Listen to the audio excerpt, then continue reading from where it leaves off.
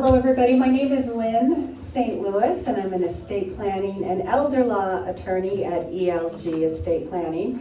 And I'm so honored that I've been invited to speak to you today about estate planning and the things you need to know. I already noticed that there are some very friendly faces in the crowd here, including my Uncle Alan and Aunt Sharon, so nice to see you.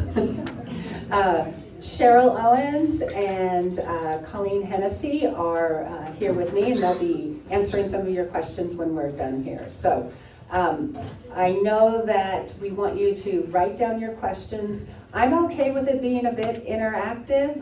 You know, if your question is something that is about what we just talked about, feel free to raise your hand. The problem is getting the microphone to you. So I understand why if we can hold them to the end, it might make it easier for the runners in the group here to get the microphone to you.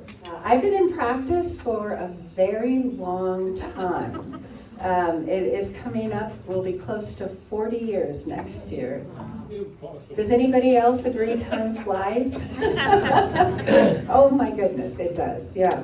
What I absolutely love about what we do with estate planning and elder law is we try to make things easier to understand. A lot of problems with legal stuff is it's confusing, it's complex. You feel like, how am I supposed to know anything about it? I'm not a lawyer. So my goal today is so that at the end of the discussion, you feel like you have a good grasp of what an estate plan is and how it might affect you. So that's my goal. Trick question, who feels like they don't need an estate plan? Nobody should raise their hand. There's a lot of misconceptions about an estate plan. People think, oh, I've got to be really rich to have an estate plan, because an estate means lots of money, etc. No, an estate is what you own, whatever it is. But there's more reasons than that to have an estate plan. So we're going to get into a lot more details on that. What is an estate? Your assets, you'll see here, it doesn't say $1, it doesn't say $1 million, it just means what your assets are. At some point when you leave this world, you might want your assets to go somewhere into the people that you intended them to go, whatever they are. But more than that, why do I need an estate plan? Yes, to make sure you're in control of your stuff when you're gone. But a lot of what I'm going to be talking about is why you need estate planning documents to make sure that your voice will be heard while you're alive, not upon death. And if you don't create your own estate plan, the state of Washington creates one for you.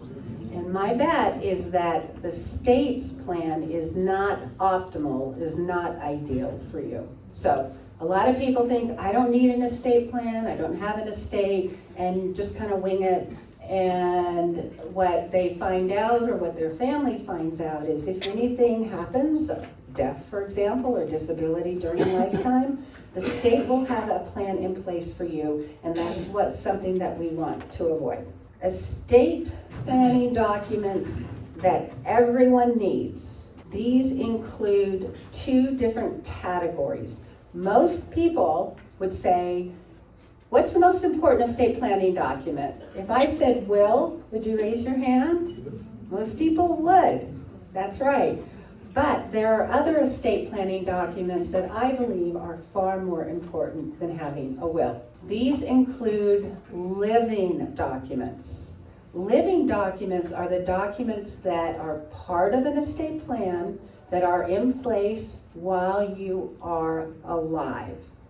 We'll talk about what does that mean. What are these living documents? Dispositive documents, that's what happens upon your death. Where does your stuff go? That can be a will, that can be a revocable living trust. The dispositive documents are, like it says, dispose. Where do the documents go when you're gone? I mean, where does your stuff go when you're gone? All right, so let's talk about the first living document, and that is your general durable power of attorney. Probably there's a number of you in the room who are POA for somebody, the power of attorney for someone. If you're involved in any kind of long-term care situation, if you're helping out a loved one, anybody who lacks the ability to manage their own affairs, that requires a durable power of attorney document. Now, I call it a general durable power of attorney because this document typically covers financial matters. It typically is something that takes effect when it is signed. And if you have a general durable power of attorney in place, congratulations, that is an excellent step. Because if you went to an attorney and they said all you need is a will, they forgot to tell you about the most important document you need, which are the documents that you have in place while you're alive. So a general durable power of attorney grants authority to somebody else to manage your affairs. So for example, I have a general durable power of attorney for finances where I say my husband can take care of things if I can't. Now, does that mean that he is stepping in and doing all of this work for me now? No, because I still can.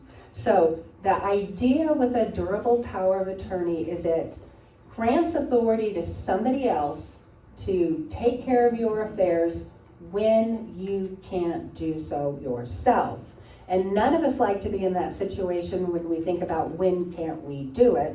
Well, when can't we take care of our own affairs? Well, it could be something as simple as a car accident, that's a short thing, or it could be something that is more of a progressive health condition. Obviously, we think of dementia, Alzheimer's, stroke, any of these really fun things to talk about that nobody wants to talk about, but they do happen. And estate planning is all about planning for the what ifs. I'm sure everybody here, including myself, would be very happy if at the end of the day when we pass away, nobody ever had to use the general durable power of attorney. That's what we all want. But statistically, probability-wise, that isn't really what happens. At some point in time, there may be a need for a durable power of attorney to step in. You might need to manage the affairs of your spouse. They might need to manage your affairs. Or it could be some other family member who requires help. Has anybody had to act under a power of attorney here in the room? Has anybody been a caregiver in the room here? Yeah. You know, one of the things that I think is really interesting is that there's a lot of assumptions made. We live in Washington State. We are a community property state. If you've been married for 50 years, you likely say everything that we have is ours, yours and mine. And because of that, and because maybe you have your bank account together, you think that you don't need a durable power of attorney over your spouse because they can manage your affairs. And unfortunately, that is not true. That's a false assumption.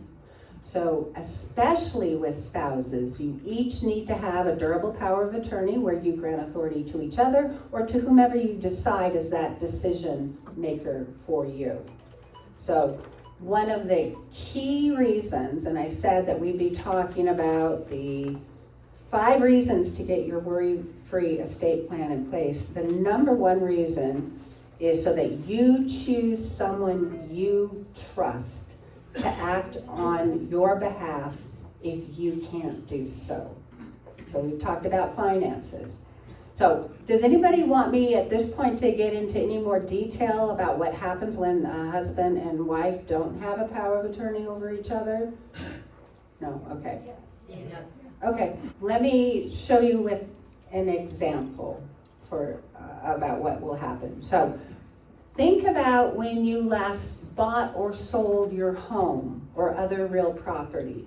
Do you remember that both of you signed the name on the deeds? If your spouse can't sign their name on that deed because they don't understand because of lack of capacity, then the sale can't occur. And what happens then is, if you don't have a durable power of attorney in place, you need to file a petition with the Superior Court and get guardianship over your spouse. And then, under a guardianship proceeding, it's a complicated process to sell your property. The court is involved every step of the way. They have to approve of this sale. And if you have a guardianship for the financial matters, there's going to be a guardianship over the personal matters, which means you need to file a personal care plan with the court, and it's reviewed every year. And you likely, if you have capacity yourself, will be your spouse's guardian, but you're still within the court's control. And what that means is even your own finances, even what you do, has to be laid out in front of the court. How do you spend your money? What's your budget? What comes in? What's the care plan? It is such an intrusive and disempowering feeling to have your and your spouse's affairs laid out in court. And you have capacity. Your spouse probably minds less because they don't have capacity. They don't understand what's going on. But you do, and you're in front of the court. That is the state's plan for you if you haven't done your own plan, which is to get a power of attorney. Does that make sense? I know it sounds awful, and it is awful. So if there was one document, just one, that everybody in this room had, my preference would be it'd be a general durable power of attorney, so that you never during your lifetime have to deal with the court supervising everything you do. I've been talking about financial matters, a durable power of attorney for financial matters. And you can see from that slide, it's to sell what you have to sell, whatever you have to do financially. We want the durable power of attorney for finance to be very comprehensive so that you can do whatever you need to do. And then some people might say, well, I don't want to grant that authority to somebody. That's just too much. That makes me uncomfortable. I say to them, then you've chosen the wrong person. Choose somebody you trust with your money and your life. And if you don't have that person in your life, there are professionals who will serve. But you need to select somebody who you know will uphold their what's called a fiduciary duty to you to do right by you. So select the right person, and then don't stop there. I say I appointed my husband, then after that is my daughter, then after that is my son. Heaven help me. And then, don't go beyond that.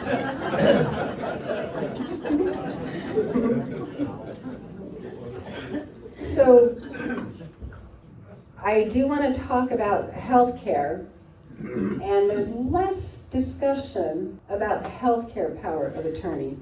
The reason for that is that the medical profession, out of necessity, gets a healthcare power of attorney from you. You might not even realize it. You go into the hospital, they say, do you have a power of attorney for healthcare? You go, no, I don't. They go, oh, here's one. Go ahead and sign this. Why? Because they want somebody to speak to right away. They want somebody who is there designated to be your voice. If you're in surgery, they want to know who to talk to if some decisions need to be made. So the healthcare profession helps you. I can tell you that the healthcare profession does not practice law, and the healthcare power of attorney they gave you was for their benefit more than it was for your own benefit. So if you have a healthcare power of attorney, and especially if you got it from the hospital, it's time to revisit it and see if that's actually the only estate planning document you need, or if it's appropriate and maybe you need more. These living documents, why they are so important is that it makes sure your voice is heard no matter what happens to you during your lifetime. Your voice will be heard because you said who will be your voice. The person that you trust will be your voice if you can't be your own voice. Does that make sense? This? No, it's okay. What Colleen is reminding me, talk about more of the stuff on the slide. Make sure that you talk to this person and you get their permission, because maybe you think your adult daughter is the best person because she's I don't know, who you think would be right. She goes, I can't do that. I can't be your healthcare agent. I can't be your voice. I can't speak on your behalf. It's just too much for me. Good to know before she has to make that decision. Speak to the people you're thinking about nominating to serve as your power of attorney. One other thing I want to say about powers of attorney is an elder law firm, we work a lot with people who have cognitive decline. They're still with us in a lot of ways. They may be not as sharp as they were 10 years ago, but they still get things. We can work with clients who have cognitive decline. And I think that's important to know because sometimes people think, oh, there's an Alzheimer's diagnosis. We can't get any estate planning documents in place. That's not true. As long as the person, the client that we're working with, understands that by signing this document, I know I'm granting authority to whomever to speak for me when I can't, that's good enough. So I want you to keep that in mind because sometimes people think you have to be as sharp, as you ever were. It's not true. But it is None really of us is as sharp as we ever were. as sharp as we ever were. None of us are. None of us are, for sure. So make sure that you speak to them, that they're a capable and effective advocate, they're up to the task, and that they will act on your behalf. So this is the third of the living documents. And this is a little bit different one. This is not a durable power of attorney. I've been talking about durable power of attorney for finances, durable power of attorney for healthcare decisions. Those are powers of attorney. Those are what make sure someone speaks for you when you can't. Of the 5 reasons to get your estate plan in place, the second reason is to make sure your end of life wishes are known. And you might assume that everybody knows what you want, but that's not necessarily the case. So we have in Washington something called a healthcare directive. It's also known as an advance directive, and most people call it a living will. A living will, I don't know why it's called that because it has absolutely nothing to do with a will, but that's what we call it. But they all mean the same thing. What is it? It's where you put in writing what your wishes are if you are deemed to be at end of life. And what that means in Washington is you are in a permanent vegetative condition, a terminal condition, and your attending physician or 2 physicians have put in writing that any medical treatment is not going to make you better. You are not going to come back from. And so when we're talking about a healthcare directive, this truly is what we call end of life. If a medical treatment will make you better, the healthcare directive isn't in play. It's only when it's at that point where, how difficult is it to get 2 doctors to put in writing that there's nothing more they can do, right? It truly is end of life. So why do you need this in writing? Does anybody remember back to the Terry Schiavo incident in Florida? She was a young woman in her 20s and was in a coma, and there was a disagreement between her husband and her parents about what should happen. And rather than the family being able to resolve it, because there was no health care directive in place, she was a young woman. It went up through the Florida, I think the legislature, the courts. It was a very public and unfortunate incident. And will that happen to you? Probably not, but do make sure that your wishes are in writing. If you want heroic measures, say so. If you don't want heroic measures, say so. And if you think that your family already knows this, good, but speak to them. Another big reason to have a healthcare directive in place is that it helps alleviate guilt that your decision maker may have when they tell the doctor to pull the plug. That's a hard decision. It's a hard thing to do. But you have a healthcare directive that says you don't want heroic, so it's in writing. They're just following your wishes. So it is a gift that you can give to your decision maker by making it really clear. Is anybody familiar with that lime green form that's called a post? And if it's in effect, it should be on your refrigerator because it needs to be conspicuous Because when 911 is called and they arrive at your home to administer CPR, and if you don't want CPR, they need to find that pulse form that says DNAR. And if they don't, you're going to get CPR. So it is, it's not a legal document, by the way. It's a physician's order on life-sustaining treatment. It's something that you talk to your doctor about, and if the doctor and you conclude that you don't want CPR, if you stop breathing, that's what you put on your document, okay? It doesn't take the place of any legal documents. It supplements it, it supports it, but it is shorthand to the emergency responders. That's one of its primary reasons. So a PLLC, the advance directive, is a legal document. The lawyer helps you fill that out, the doctor doesn't. And it says that when the doctor says I'm at end of life, I don't want heroic measures. So it's something that you're likely to see in the hospital, and it's after the person maybe has been in ICU and they've administered a lot of treatment and a lot has gone on to reach that point.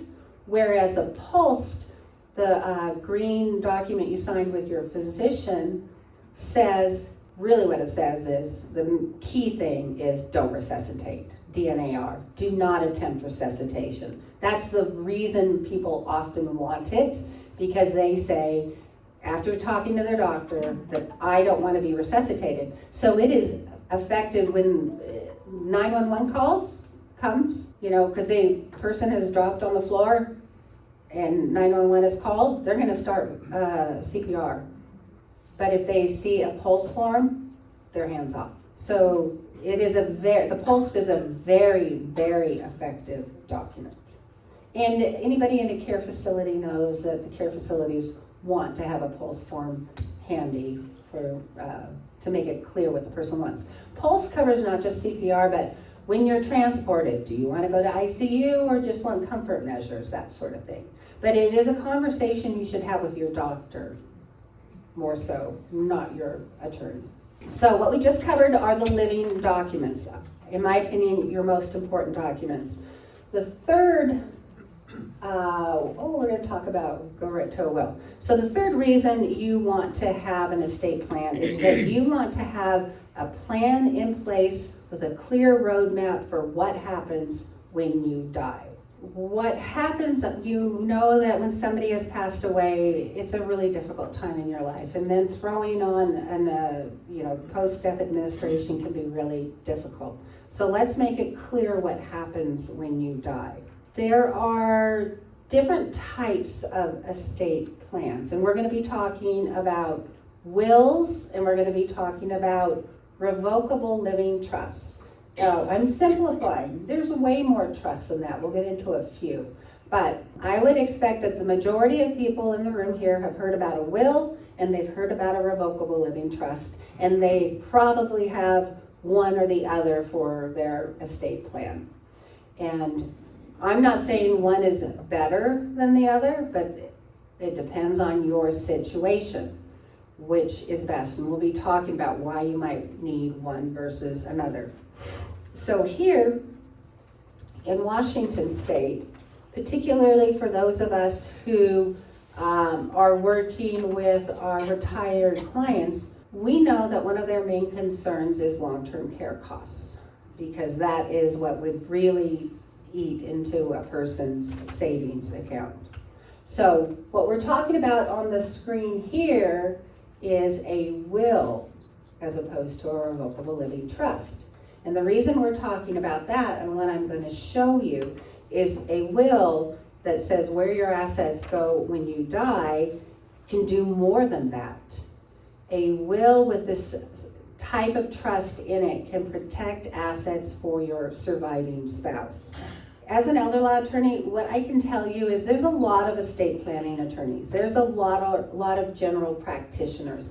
At ELG Estate Planning, we do quite a bit of work with clients who are facing long-term care, who are applying for Medicaid benefits, and one of the things that we help clients with is to keep their assets and not have to spend down all their assets. And one of the ways that that can be done is through a will.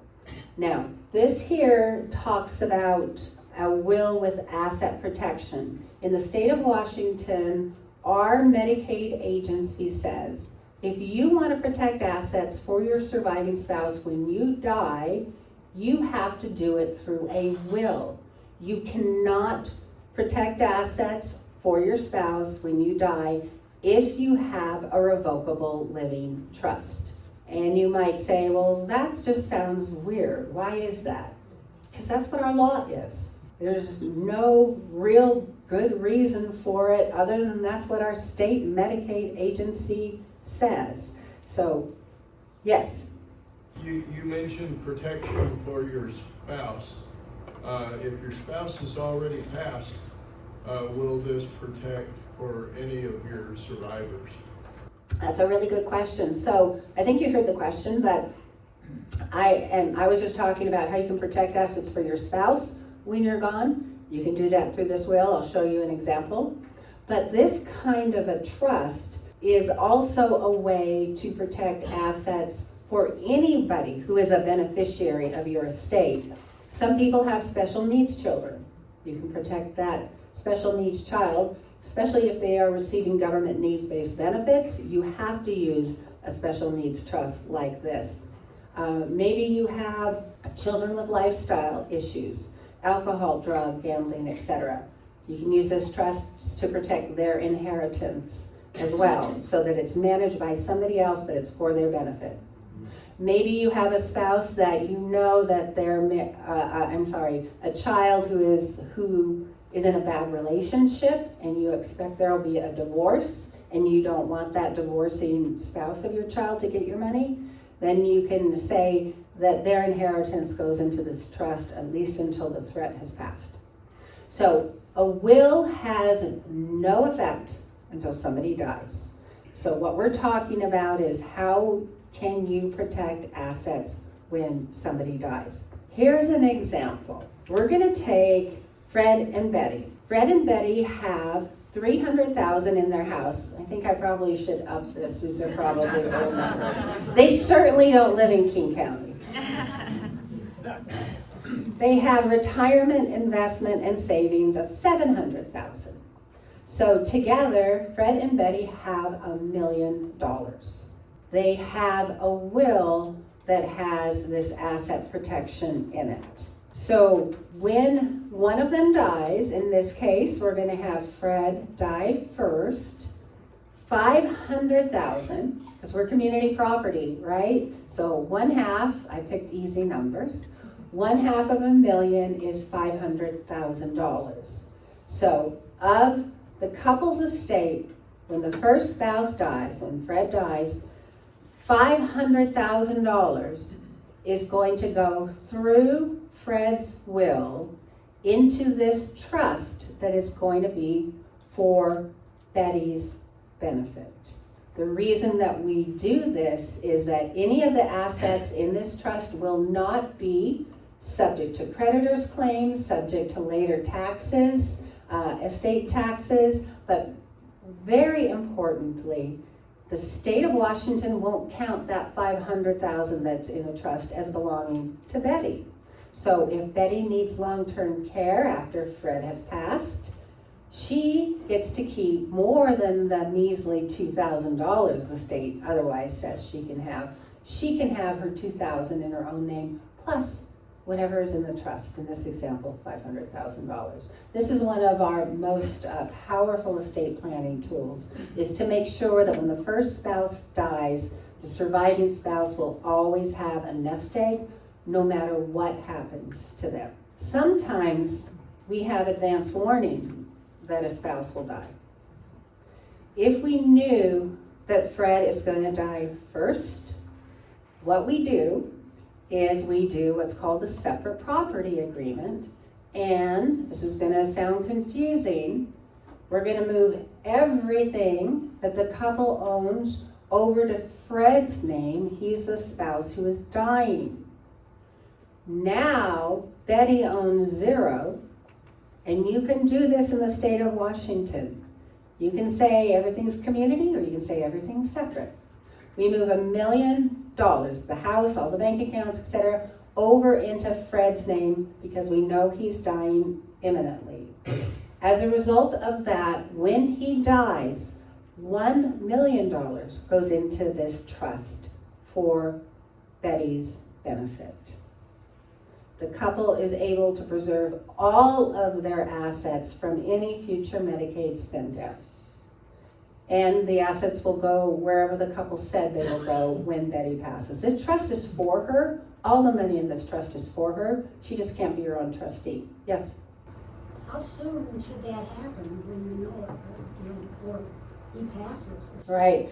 So how soon should you move all the assets into the name of the dying spouse? That's a great question because we don't have a crystal ball. We don't know exactly when somebody's going to die. As long as it's done before the moment of death, it's effective. When we prepare asset protection estate plans for our clients, we have in place the documents that are needed, that all we need is a phone call or an email or a voicemail from the client that says, I think Fred's dying. That's enough to trigger the delivery of the assets to Fred. So those would be pre-signed? Yes, we pre-sign them, right? Yes? So I assume both examples are revocable living trusts? No. No. So we're not talking about a revocable living trust, and it's a great question because I've been saying the term trust. So in order to use this strategy, the couple, while they're both alive, need to have the wills in place. And when you have a will in place, it doesn't have any effect until somebody dies. The trigger is one of them is dying. And when somebody dies and their will contains within it a trust, it'll be what's called a testamentary trust. It's an irrevocable trust. It is contained in the will, and it is not created until death and until the probate of this estate happens.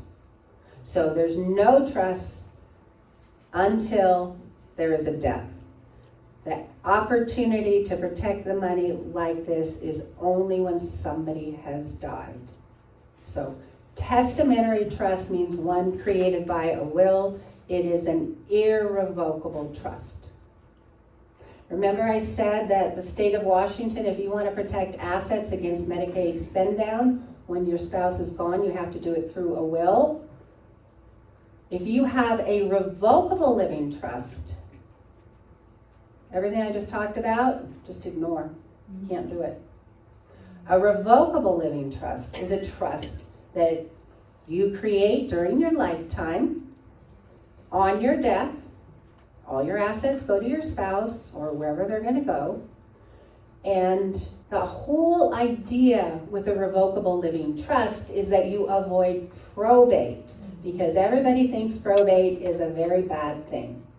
I'm here to tell you probate isn't good, it isn't bad, it just is, and it depends on what your situation is. So if your situation is one where you want to protect assets against long-term care costs for your spouse, and let's say you have $1 million, then you might want to consider having a will. Because if you have a revocable living trust, what happens is that asset protection doesn't work. So let's say Fred and Betty, they were living at home. Fred's been caring for Betty because she's got Alzheimer's, and they're doing okay, but Fred declines, he dies. When he dies, Betty's going to a care facility where she's probably gonna have a 2-year private pay, maybe 3-year private pay. She's gonna use money, and then she's eligible for Medicaid because the facility will accept Medicaid. All that money in the trust, let's say we did the $1 million in the trust because we did the delivery to Fred before he died.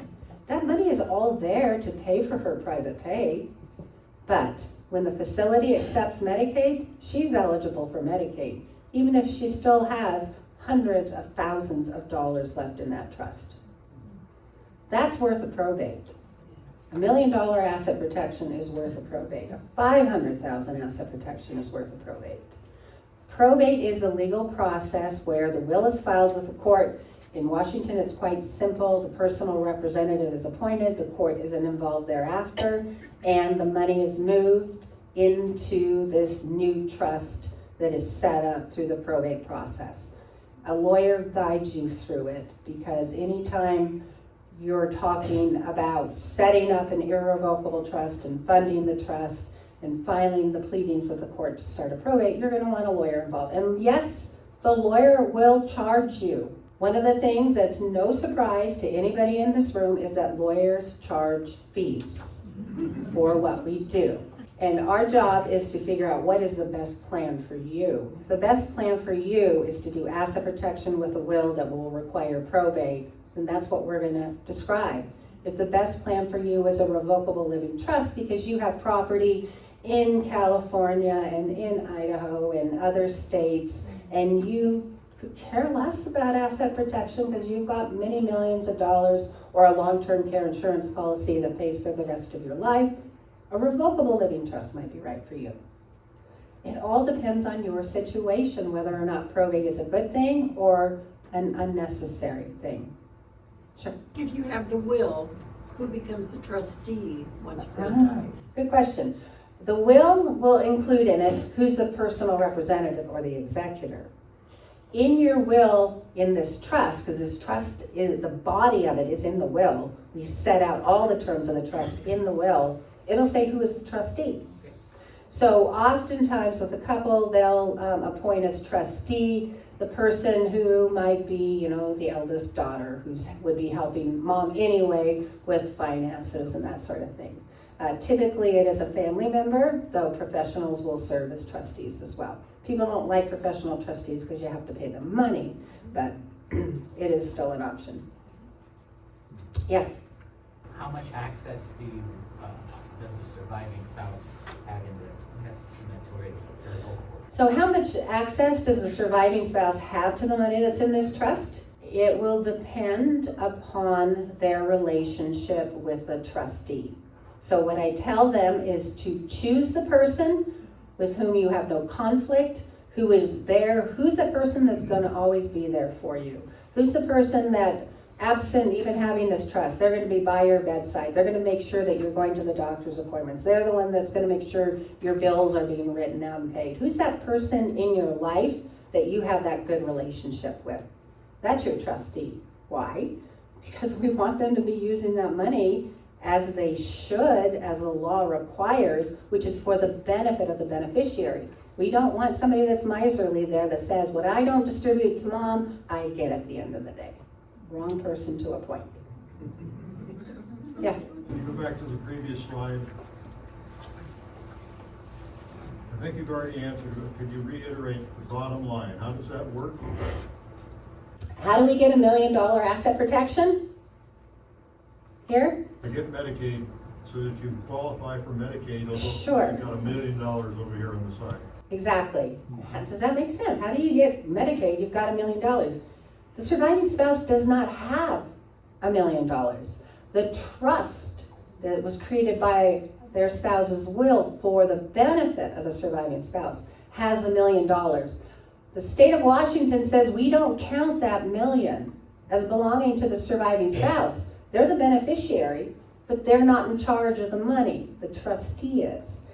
And it was created by their spouse's will on the death of the spouse. So because all of those marks are checked, the state of Washington says Betty's eligible for Medicaid. The state will pay for her care, assuming she's in a facility which accepts Medicaid.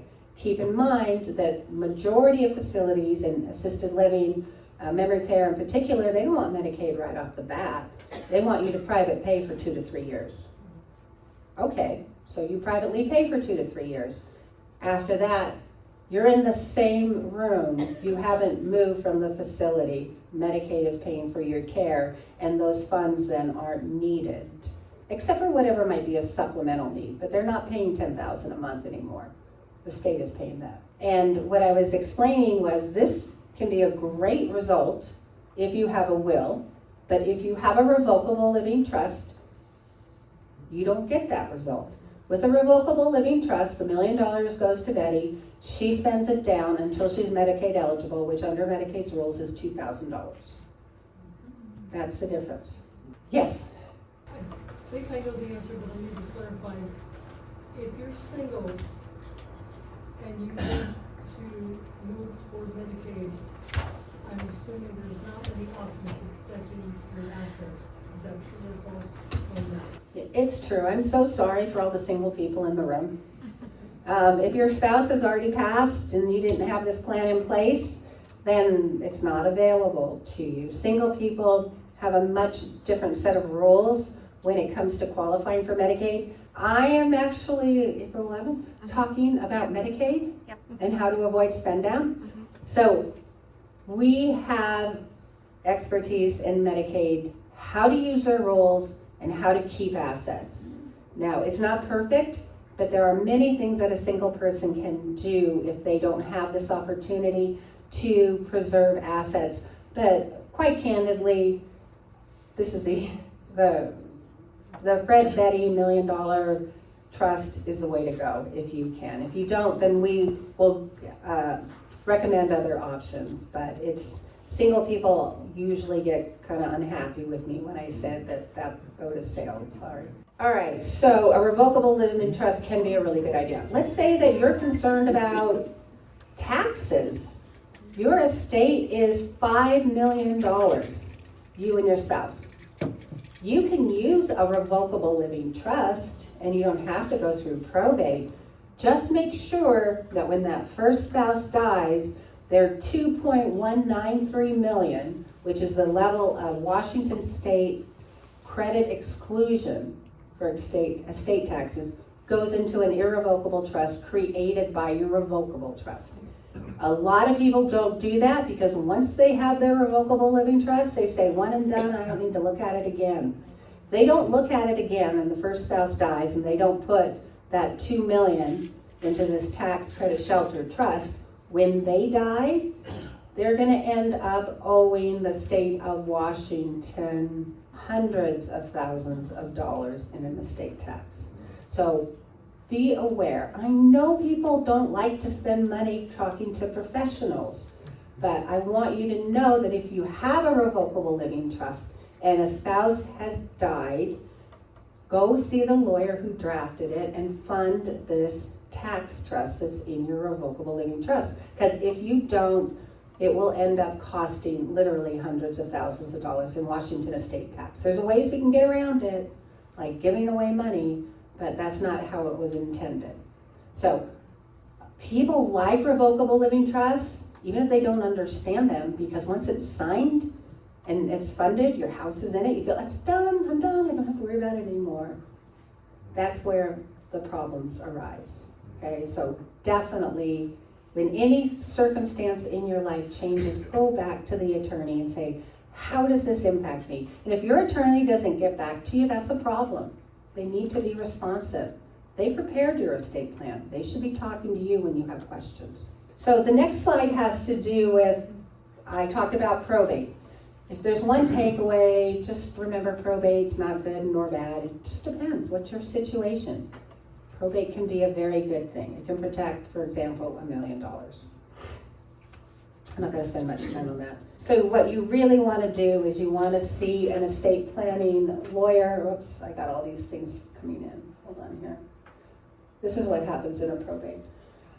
You want to see an estate planning lawyer who has elder law expertise. The reason for that is a lot of what I talked about today, an estate planning lawyer will not talk about with you because they don't do Medicaid applications. An elder law attorney will do Medicaid applications, and an elder law attorney should have Medicaid expertise. You might want to ask the attorney, tell me, how many Medicaid applications have you done in the last year, in the last 10 years? And if they say, what? Or if they say, I did one, wrong. They don't know Medicaid. You want somebody, if it's your situation, if you have a taxable estate, if you have, the single limit is $2.193 million in Washington. The federal is way bigger, 13.61, woohoo. If you have a taxable estate problem, that's great. You're dealing with a tax attorney. But for those people who have less than $2 million, then at least it's worth a conversation. How do we protect assets in the face of long-term care costs? And that's going to be an elder law attorney.